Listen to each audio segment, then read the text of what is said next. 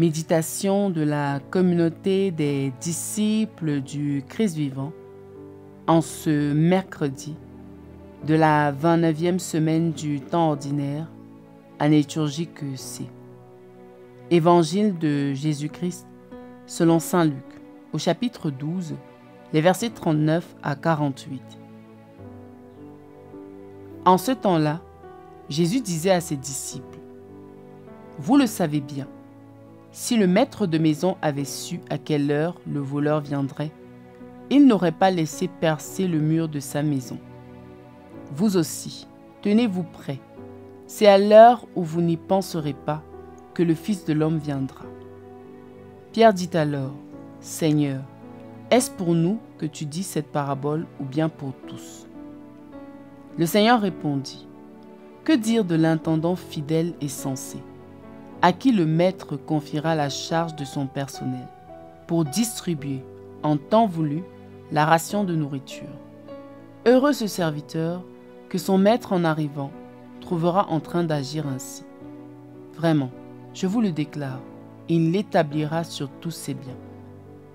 Mais si le serviteur se dit en lui-même : mon maître tarde à venir, et s'il se met à frapper les serviteurs et les servantes, à manger, à boire et à s'enivrer, alors quand le maître viendra, le jour où son serviteur ne s'y attend pas, et à l'heure qu'il ne connaît pas, il l'écartera et lui fera partager le sort des infidèles. Le serviteur qui, connaissant la volonté de son maître, n'a rien préparé et n'a pas accompli cette volonté, recevra un grand nombre de coups. Mais celui qui ne la connaissait pas et qui a mérité des coups pour sa conduite n'en recevra qu'un petit nombre.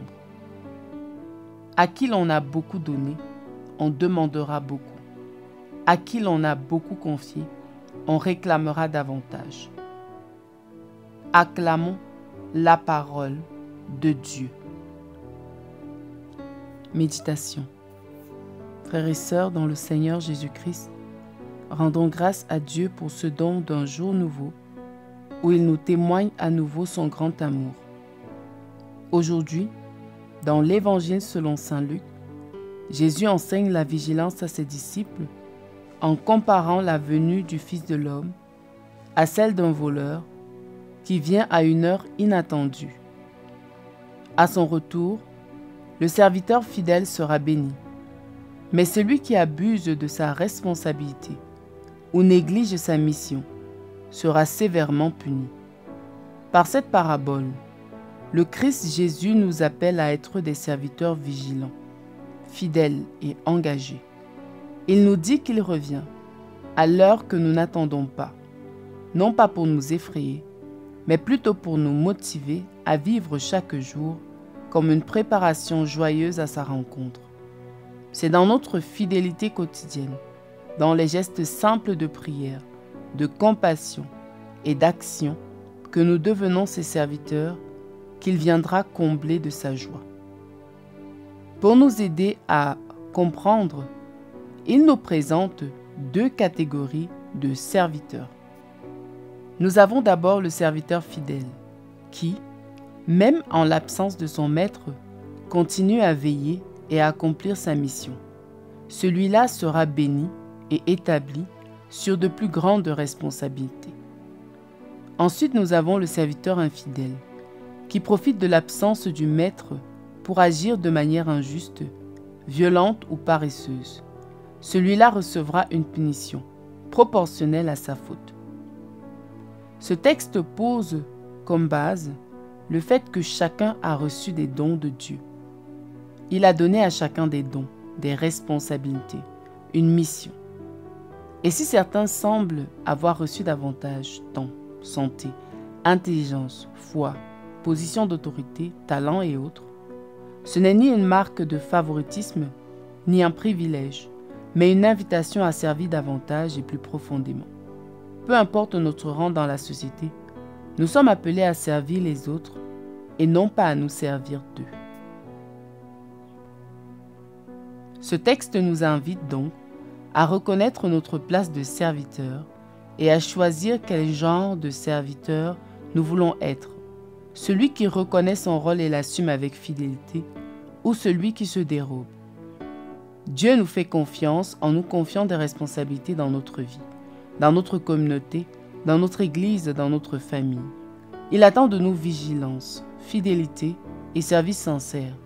Il nous invite à penser son retour, non pas comme un épouvantail pour nous faire peur, mais comme un signe de notre collaboration et une invitation à être prêt, non par peur, mais par amour pour lui.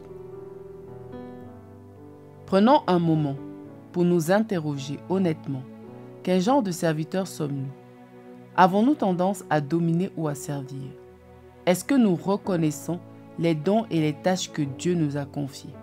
En faisons-nous bon usage et les accomplissons-nous? Et si c'est nous qui avons le plus reçu, est-ce que nous faisons pour Dieu et pour les autres aujourd'hui ce qui est suffisant, ou nous faut-il faire un peu plus? Prions. Seigneur, notre Maître, aujourd'hui, nous nous présentons devant toi en acceptant humblement d'être tes serviteurs. Donne-nous la grâce de l'obéissance, de la fidélité et la joie de faire notre devoir avec droiture. Apprends-nous à veiller avec amour, à prier avec confiance, à servir avec compassion. Aide-nous à utiliser tous les dons que tu nous as confiés, non pas pour dominer, mais pour construire ton royaume d'amour et de justice. Amen. Intercession.